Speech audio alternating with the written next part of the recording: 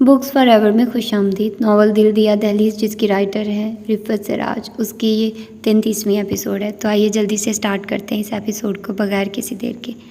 اسی شام حویلی واپسی ہو گئی۔ اماں جی کا دل کراچی میں ویسے بھی نہیں لگتا تھا، انہیں اپنی حویلی کی مصروفیات بہت عزیز تھی۔ کہتی تھی کراچی میں تو میرے ہاتھ پیر بندھ جاتے ہیں، یہاں تو کوئی کام ہی نہیں ہوتا، اور حویلی میں میرے کام ختم نہیں ہوتے۔ انہی کی طرف سے جلدی واپسی کا تقاضا تھا، جبکہ ولیمہ تو 4 روز کے بعد یعنی اتوار کو تھا کہ بابا صاحب کے بعد سر دوست احباب بشمول بیوروکریٹس کی چھٹی کا دن ہوتا تھا۔ زیتون بانو تزئین کا بخشا ہوا گہرا جامنی سفید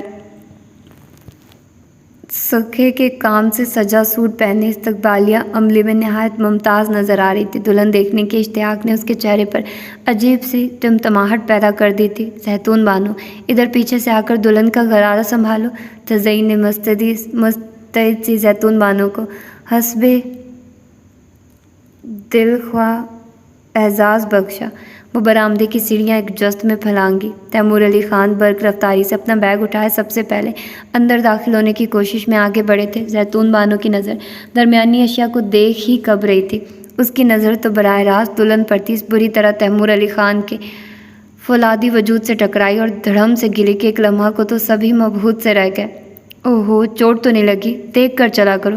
اچھا چلو، شاباش، اٹھو۔ مختلف قسم کی آوازیں ابھری۔ نان سینس، دم بخود سے تیمور علی خان نے بس اتنا ہی کہا۔ چھوڑو، جانے دو، تم گرے تو نہیں؟ گری تو یہ بیچاری ہے۔ امینہ بھابھی نے تیمور علی خان کا موڈ بحال کرنے کی کوشش کی۔ گر بھی سکتا تھا، ویسے بھاگنے دوڑنے کی کوئی لاجک تو نہیں ہے ادھر۔ انہوں نے بدحواس سی زیتون بھابھی بانو کے چہرے پر خشک انداز میں نظر دوڑائی۔ یہ عمر بغیر لاجک کے ہے تیمور خانہ، تزئین نے شوخی سے دھیان دیا۔ وہ سر جھٹک کر آگے بڑھ گئے۔ وہ بھی کھسیائی ہوئی دلہن کے پیچھے آ کھڑی ہوئی۔ دلہن کو ہال میں پہنچا کر وہ ماما کے ساتھ کچن میں مصروف ہو گئی تھی۔ سب سے پہلے تو سب کو چائے پلانے کا مرحلہ تھا۔ ماما، اب آپ آ گئی ہیں، تیمور خانہ کے کام آپ ہی کرنا۔ مجھے ان سے بڑا ڈر لگتا ہے، ابھی اگر سب لوگ نہ ہوتے تو وہ مجھے تھپڑ ضرور مارتے۔ اس نے کپ دھو کر ٹرالی میں لگایا شروع کیے۔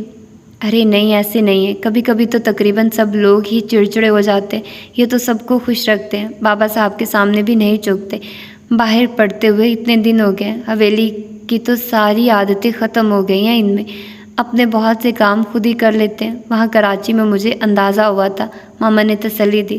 پھر بھی ماما، وہ کسی وضاحت سے مطمئن نہیں ہوئی۔ اچھا ٹھیک ہے، میں خود ہی دیکھ لیا کروں گی، ویسے آج تو پری لگ رہی ہے۔ ماما نے اسے محبت سے دیکھا۔ چھوڑو ماما، آپ بھی کیا بات کرتی ہو؟ نانی کے سامنے کوئی میری تعریف کرتا تو پتہ ہے نانی کیا کہتی ہیں؟ وہ ہنسی۔ کیا کہتی ہے؟ ماما کے انداز میں دلچسپی تھی۔ کہتی ہے جنگل میں مور ناچ رہا ہے۔ وہ کھلکھلا کر ہنس پڑی۔ ماما بھی مسکرا دی۔ اللہ تمہارے بھاگ جگائے، وہاں کچھ بھی ناممکن نہیں۔ انہوں نے شفقت سے دیکھ کر دعائیہ کہا۔ چند دنوں میں وہ انہیں بہت عزیز ہو گئی تھی، اس کی وجہ سے انہیں بھی آرام کے معنی معلوم ہونے لگے تھے۔ اسی دم روپا دیوی اندر داخل ہوئی۔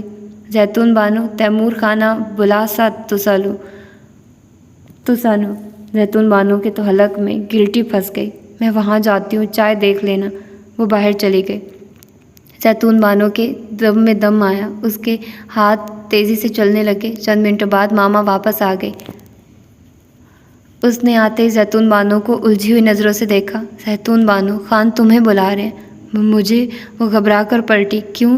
پتہ نہیں، بس مجھے تو یہی حکم دیا کہ زیتون بانو کو بھیجو۔ اس نے جلدی سے ہاتھ پونچھے، بری طرح گھبرا رہی تھی، اسی حالت میں باہر نکل گئی۔ اس نے ہاتھ میں پڑی آرٹیفیشل انگوٹھی سے دستک دی۔ یس، اندر سے خان کی نارمل آواز آئی۔ اس نے دوپٹہ درست کیا اور اندر داخل ہو گئی۔ جی خان۔ وہ زیتون بانو، بات یہ ہے کہ تم کریز بہت اچھی بناتی ہو، یہ پینٹ استری کر دو، ہمیں ذرا باہر جانا ہے۔ خان نے بیڈ پر پڑی پینٹ کی طرف اشارہ کیا۔ جی اچھا۔ وہ خان کے نرم انداز پر سنبھل گئی اور آگے بڑھ کر پینٹ اٹھا لی۔ چوٹ تو نہیں لگی تمہیں؟ اس کے آگے بڑھتے قدم خان کی آواز پر تھم گئے۔ اس نے حیرت سے مڑ کر دیکھا۔ خان ایزی چیئر پر جھولتے ہوئے بغور دیکھ رہا تھا۔ اس نے مزید آنکھیں پھاڑ کر دیکھا۔ آیا یہ خان ہی ہے؟ نہیں۔ اس نے نظریں جھکا کر کہا۔ تم گر گئی تھی نا، اس لیے پوچھ رہے تھے۔ لہجہ تو عام ہی تھا۔ نہیں، مجھے چوٹ نہیں لگی، بس وہ ذرا گھٹنے میں درد ہوا ہے۔ چلو اچھا ہوا، مگر تمہارا سر ہمارے سینے سے بہت زور سے ٹکرایا تھا، خاصی تکلیف ہو رہی ہے۔ لہجے میں عجیب سی غمگینتا تھی۔ اس نے بدحواس ہو کر خان کی طرف دیکھا تھا، مگر وہ تو پرسکون اور نارمل تھا۔ وہ جی آپ بام لگا لیں، اس نے سادگی سے کہا۔ وہ جی وہ مرہم ہوتا ہے نا، بڑی تیز سی خوشبو ہوتی ہے اس میں۔ اس نے اپنی دانت میں سمجھانے کی کوشش کی۔ تمہارا مطلب ہے وکس؟ نہیں خیر، اب ایسا بھی نہیں ہے کہ محنت کی جائے۔ اچھا خیر تم جاؤ، آتے ہوئے چائے ضرور لیتی آنا، تم بہت اچھا کام کرتی ہو۔ ہمیں ڈر ہے اگر ہم یہاں زیادہ دن رہ گئے تو ہماری عادتیں نہ بگڑ جائیں۔ کس قدر بدلا ہوا تھا خان، اسے وحشت سی ہونے لگی۔ وہ تیزی سے باہر نکل آئی تھی۔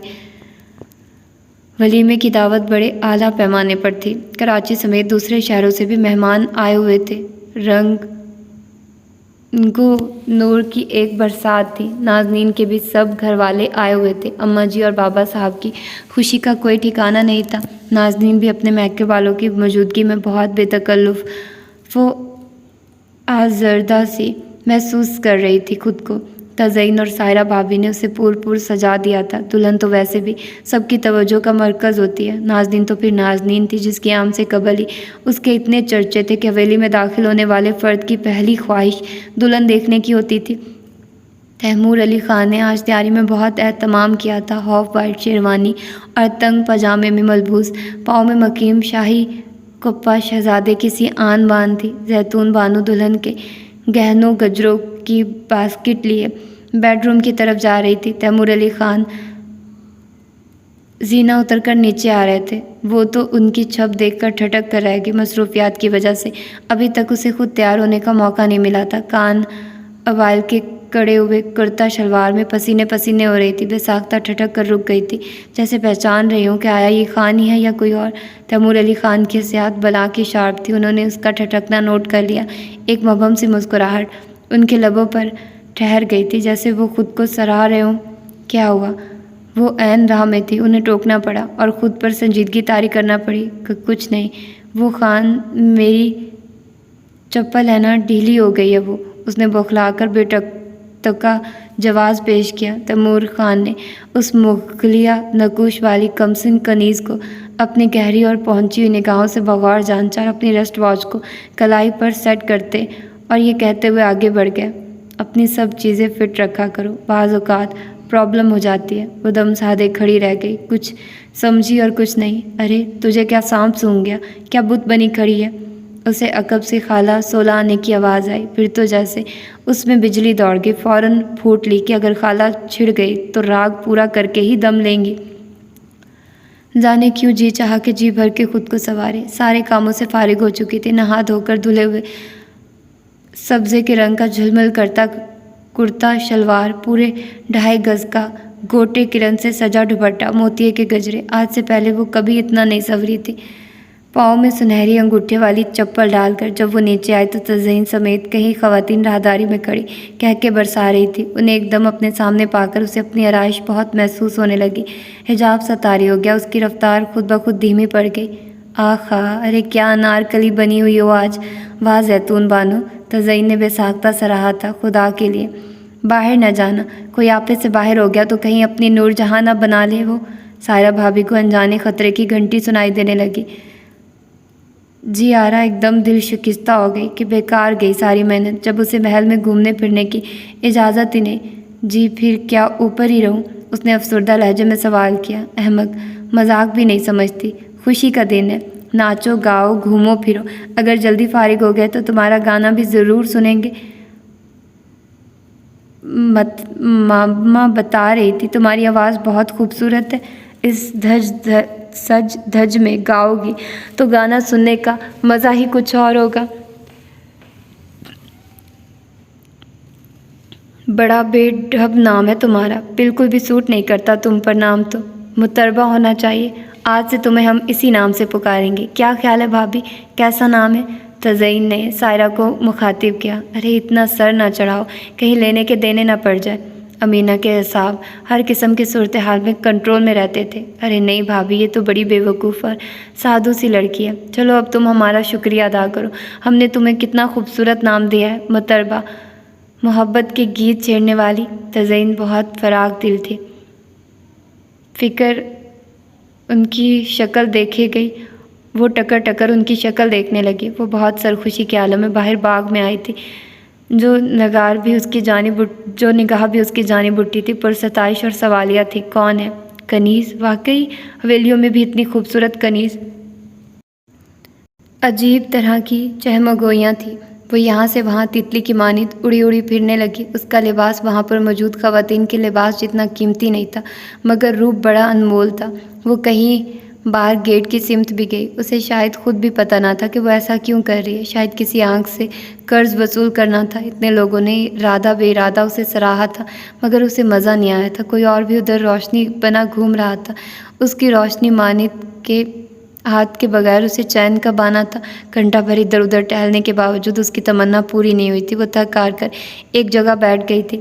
کھانا شروع ہو چکا تھا۔ غیر معمولی ہلچل مچی ہوئی تھی۔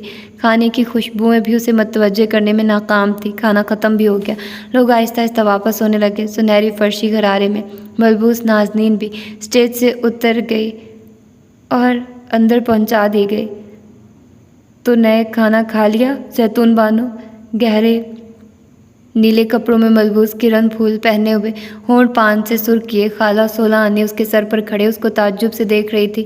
کھا لوں گی خالہ، ابھی بھوک نہیں ہے، وہ بددلی سے بولی۔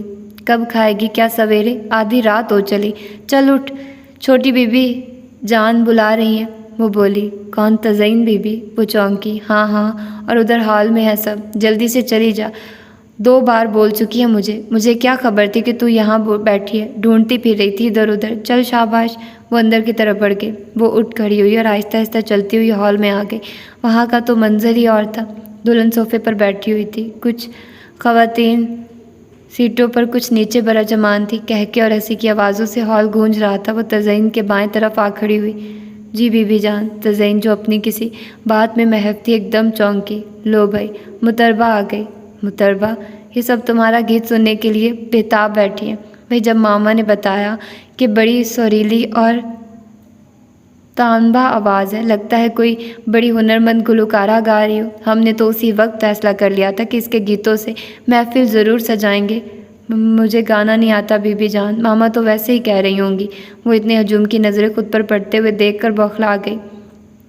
اچھا اب گلوکاروں والے نخرے نہ کرو، چلو جلدی سے سنا دو۔ شاباش۔ تزئین نے اس کا ہاتھ پکڑ کر اپنے مقابل تھام لیا۔ وہ چپ چاپ بیٹھ گئی، حلق میں جیسے کچھ اٹک رہا تھا۔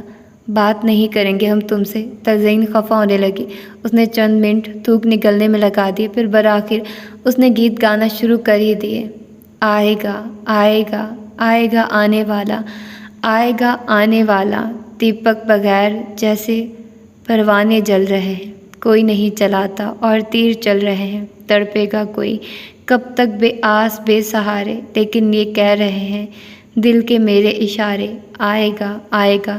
محفل پر ایک سکوت طاری ہو گیا تھا۔ کیا غضب کی آواز کی تھی، بلا کا سوز اور رچاؤ تھا، پختگی کا یہ عالم، گویا روزانہ ریاض کرتی ہو، سانس پر مکمل کنٹرول، جیسے ندیہ کا پانی رواں ہو اور کوئی معمولی سی بھی رکاوٹ سامنے نہ ہو، اس کے خاموش ہوتے جیسے سب سوتے سے جاگ پڑے۔ واہ ماما، بڑی زبردست شہد دریافت کی ہے۔ روشن آرا نے پلٹ کر دروازے کے پاس بیٹھی ماں کو داد دی۔ بی بی جان اسے کہیے وہ سنائیے، تنہائی سے لیا کرتی ہے کچھ بیتے دنوں کا فسانہ۔ ہاں ہاں سناؤ، ہم نے نہیں سنا کبھی یہ گیت ہے یا غزل؟ سائرہ نے اشتیاق اصرار کا فوری مظاہرہ کیا۔ گیت ہے، میں نے کچن میں سنا تھا، مجھے بتا رہی تھی کہ میں نے کسی کے ہاں گرامو فون پر سنا تھا، ساہیوال میں، ماما نے جواب دیا۔ جلدی سے سناؤ محتربہ، دیکھو دلہن بھابھی کتنے شوق سے سن رہی ہیں، یقیناً تمہیں انعام بھی دیں گی۔ تزئین شریر انداز میں گویا ہوئی۔ نازنین نے جھیم کر نظریں جھکا لی۔ دیکھیے بھائی، سب موجود ہے، غور سے سن لیں، ہم نے اس کا نام بدل دیا ہے، آج سے سب اسے محتربہ پکاریں، حویلی میں بھی کسی انوکھے نام کی پکار ہونی چاہیے۔ واہ تزئین، کتنا پیارا نام ہے، اپنی آنے والی نسل کے لیے سنبھال رکھتی، عالم تاب نے برجستہ کہا۔ تزئین نے جیسے سنا ہی نہیں، بس ایک سایہ سا چہرے پر لہرا کر رہ گیا۔ ہاں تو شروع کرو نا، کیوں اتنی منتیں کروا رہی ہو؟ سائرہ بھابھی نے قدرے خفگی سے کہا۔ مہمان خواتین کی طرف سے بھی اصرار ہوا۔ تنہائی سنایا کرتی ہے کچھ بیتے دنوں کا فسانہ، نظروں کا کسی سے ٹکرانا، ایک دم سے وہ دل کا رک جانا، وہ میرا کسی کی چاہت میں جینے کو مصیبت کر لینا، سمجھائے کوئی تو گھبرانا، پہلائے کوئی تو رو دینا۔ بی بی جان، روپا دیوی گھبرائی ہوئی ہال میں داخل ہوئی۔ سب چونک پڑی۔ کیا ہوا؟ تیمور خانہ نو سانپ ڈنگ سا تے او بے حواس سا تسا چھیتی چلو۔ ہائے اللہ! ارے مختلف قسم کی آوازیں ابھری، سبھی کچھ بھول گیا۔ وہ سب گرتی پڑتی باہر بھاگی تھی۔ روپا دیوی ان کے آگے آگے دوڑ رہی تھی۔ وہ بڑے بھائی کی بیٹھک کی طرف جا رہی تھی۔ ابھی وہ سب دروازے کے قریب پہنچی تھی کہ بڑے بھائی اور یاور علی خان تیمور کو اٹھائے ہوئے گاڑی کی سمت بڑھتے نظر آئے۔ تزئین تو جیسے تہورا کر گرنے لگی۔ دیکھو ماما، اماں جی کو پتہ نہ لگے، اور دیکھو تم دلہن کو ان کے کمرے میں پہنچا دو۔ ہائے اللہ! کیا ہو گیا؟ یہ عالم تاب نے مضبوط اعصابی کا مظاہرہ کرتے ہوئے احکامات جاری کیے۔ تزئین، روشن آرا، رئیسہ وہیں بیٹھ کر پھوٹ پھوٹ کر رونے لگی۔ ابھی مہمانوں کی چہل پہل موجود تھی۔ باغ بھی کمکموں سے روشن تھا، مگر اب چار سو وحشت سی طاری ہو گئی تھی۔ گاڑی باہر جا چکی تھی۔ تزئین، خود کو سنبھالو، انشاءاللہ کچھ نہیں ہوگا۔ تزئین کی غیر حالت دیکھ کر عالم تاب نے ان کا سر اپنے سینے پر لگا کر دلاسا دیا۔ زیتون بانو کو تو جیسے سکتہ ہو گیا تھا۔ دور برآمدے کی سیڑھی پر دم بخود کھڑی تھی۔ بمشکل سب واپس اندر آئی اور ٹیلی فون کے قریب بیٹھ گئی۔ انسانوں سے گھر بھرا پڑا تھا، مگر ایک ہولناک سناٹا چار سو پھیلا ہوا تھا۔ نازنین اپنے کمرے میں بری طرح رو رہی تھی۔ اس کے میکے والے اپنے رشتہ داروں کے ہاں پشاور روانہ ہو چکے تھے۔ یہاں کے دقیانوسی ماحول کو دیکھتے ہوئے ایک خوف اس کے وجود میں خون بن کر دوڑ رہا تھا۔ خدا نخواستہ تیمور علی خان کو کچھ ہو گیا تو ہمیشہ کے لیے منحوس کا ٹھپا اس پر لگ جائے گا اور یہ داغ دھوئے نہ دھلے گا۔ اس نے فوراً سے پیشتر لباس تبدیل کیا، زیورات اتارے، نیل پالش صاف کی اور وضو کر کے نفل پڑھنے میں مصروف ہو گئی۔ اماں جی تو 10 بجے ہی اپنے کمرے میں جا چکی تھی کہ وہ بہت تھک چکی تھی۔ دوسرے عشاء کی نماز بھی پڑھنا تھی۔ زیتون بانو بے قرار سے انداز میں ٹہلتی رہی، یوں کہ کوئی معجزہ ہو جائے اور تیمور علی خان اپنے پاؤں پر چلتے ہوئے گیٹ میں داخل ہوں اور وہ اپنے تھکے ہوئے وجود کو بستر پر ڈال کر پرسکون ہو کر سو جائے۔ کافی دیر ٹہلنے کے بعد وہ اندر چلی آئی۔ بجائے ہال میں جانے کے وہ نازنین کے کمرے میں چلی آئی۔ دروازے پر دستک دی تو نازنین کا دل اچھل کر حلق میں آ گیا۔ جلدی جلدی دعا پوری کی، چہرے پر ہاتھ پھیرے اور اجازت دینے کے بجائے گرتی پڑتی دروازے تک آئی اور کامتے ہاتھ سے دروازہ واق کیا۔ اوہ! زیتون بانو کو سامنے دیکھ کر اس نے گہرا سانس لیا اور سوالیہ نظروں سے اس کی سمت دیکھا۔ خیریت ہے نا؟ عجیب سہما انداز تھا۔ پتہ نہیں چھوٹی بیبی، ابھی تو کچھ خبر نہیں، اس نے گمسم سے انداز میں کہا۔ اندر آ جاؤ زیتون بانو، میرا دل بہت گھبرا رہا ہے اکیلے میں۔ وہ بستر کی طرف پلٹتے ہوئے روحانسی آواز میں گویا ہوئی۔ وہ دروازہ بند کر کے چلی آئی اور کارپٹ پر بیٹھ گئی۔ پتہ نہیں سانپ کہاں سے آ گیا، کیا اس سے پہلے بھی سانپ نکلے ہیں یہاں؟ نازنین نے پوچھا۔ پتہ نہیں، مجھے بھی زیادہ دن نہیں ہوئے یہاں آئے، اتنا بڑا باغ ہے، پھول پودے ہیں، سانپ تو ہو سکتے ہیں۔ سنا ہے رات کی رانی جہاں ہوتی ہے وہاں سانپ آ جاتے ہیں، باغ میں تو رات کی رانی بکھری پڑی ہے، پوری حویلی مہکی ہوئی ہوتی ہے رات کو۔ زیتون بانو نے جواب دیا۔ تم کہاں سے آئی ہو؟ نازنین نے اس کے حسین اور اداس حسن کو سر سے پاؤں تک دیکھا۔ بہت دور کے ایک گاؤں سے آئی ہوں، ہمارے گاؤں میں بھی بڑے سانپ نکلتے ہیں، کھیتوں میں پانی لگاتے ہوئے رات کو عام طور پر بڑے لوگوں کو ڈستے ہیں، مگر وہ لوگ انتظام رکھتے ہیں۔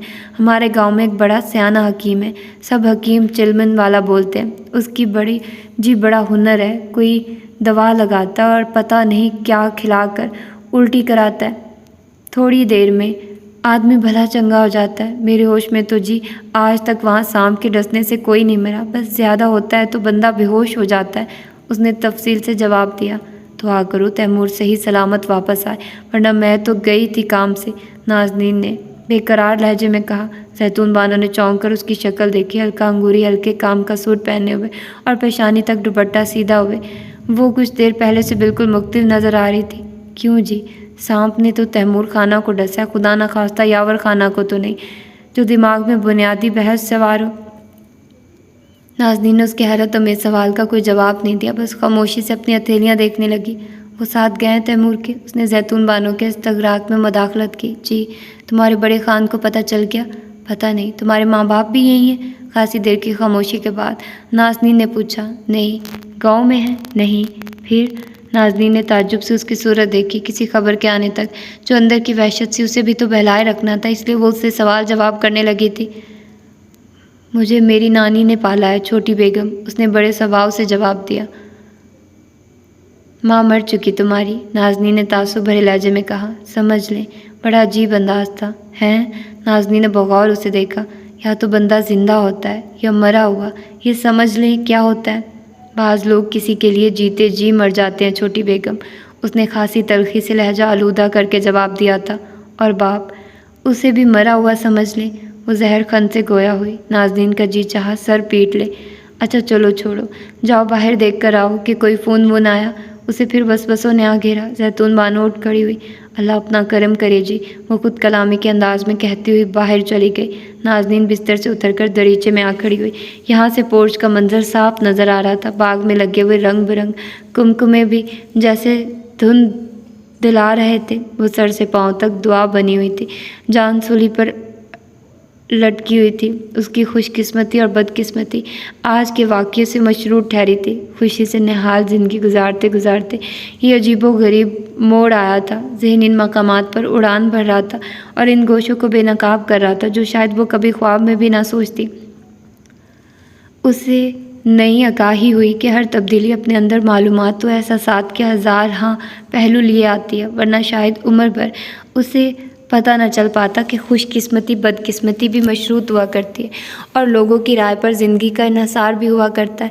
اتنا بے اختیار ہے انسان، اس کے اعصاب شل ہونے لگے۔ وہ سر تھام کر صوفے پر بیٹھ گئی، جانے کتنی دیر بیٹھی رہی۔ عجیب بے خبری تھی۔ اسی دم یاور علی خان دروازہ کھول کر اندر داخل ہوئے۔ نازنین چونک کر اپنی جگہ سے اٹھ کھڑی ہوئی۔ کیسے ہیں تیمور؟ اس نے یاور علی خان کا چہرہ گہری نظروں سے دیکھا۔ الحمدللہ، ڈاکٹر بتا رہا تھا کہ زہر بڑی تیزی سے پھیل رہا تھا مگر معجزہ ہوا ہے، اب ٹھیک ہے، مگر پتہ نہیں کیوں ایک دم بڑا تیز ٹمپریچر ہو گیا ہے۔ وہ فکر مندی سے بولے۔ نازنین کو احساس ہوا جیسے اس کے اعصاب کسی شکنجے میں کسے ہوئے تھے، ایک دم آزاد ہو گئے۔ ہلکا پھلکا ہونے کا احساس اسے پوری شدت سے ہوا۔ بے اختیار آنسو بہنے لگے۔ یاور علی خان شیروانی کے بٹن کھول رہے تھے، ایک دم رک گئے اور تیزی سے نازنین کے قریب آئے۔ کیا ہوا؟ نازنین نے دونوں ہاتھوں سے چہرہ ڈھانپ لیا اور ہچکیوں سے رونے لگی۔ ناز، کیا بات ہے زندگی؟ وہ بے حد فکر مند ہوئے۔ کچھ نہیں، خوشی کے آنسو۔ اب سے کچھ دیر پہلے میں بہت ٹینس تھی، خدا نہ خواستہ تیمور کو کچھ ہو جاتا تو میں شاید آپ کی حویلی کے کتے سے بدتر ہوتی۔ وہ خود پر قابو پا کر کہہ رہی تھی۔ ہائے، مگر وہ کیوں؟ یاور علی خان دم بخود رہ گئے۔ آپ کے ہاں تو سب مجھے منحوس کہنے لگتے۔ وہ بھرائی ہوئی آواز میں بولی۔ اوہ مائی گاڈ، بھروسہ کرنے میں گرچہ دن تو لگتے ہیں لیکن آغاز تو ہونا چاہیے۔ ایسے لگتے ہیں ہم آپ کو ہماری ارینج میرج ہے، مگر ہم کو تو پہلی شب سے ہی لو میرج لگ رہی ہے۔ وہ شرارت سے اس کی تھوڑی انگلیوں سے اٹھا کر اشک صاف کرنے لگے۔ آپ کی بات نہیں کر رہی، ماحول کے حساب سے ایک سوچ آئی تھی۔ وہ جھیم کر چہرے سے مسکرائی تھی۔ بس چپ، جب ہم آپ کے ساتھ ساتھ ہیں تو آپ کو دوسروں کی فکر کرنے کی ضرورت نہیں۔ تعلق میں اعتبار نہ ہو تو پھر خوشی کیا؟ وہ جیسے اس کی دلکش مسکراہٹ پر نثار ہو گئے۔ شکریہ، اس نے اعتبار دلانے والے کے سینے پر ہاتھ رکھ کر گہرے سکون کا احساس کر کے کچھ دیر پہلے کی اذیت کا مداوع کرنے کی کوشش کی۔ تو یہ تھی اس کی آج کی ایپیسوڈ۔ ملتے ہیں اس کی اگلی ایپیسوڈ میں۔ اپنا ڈھیر سارا خیال رکھیے گا۔ اللہ حافظ۔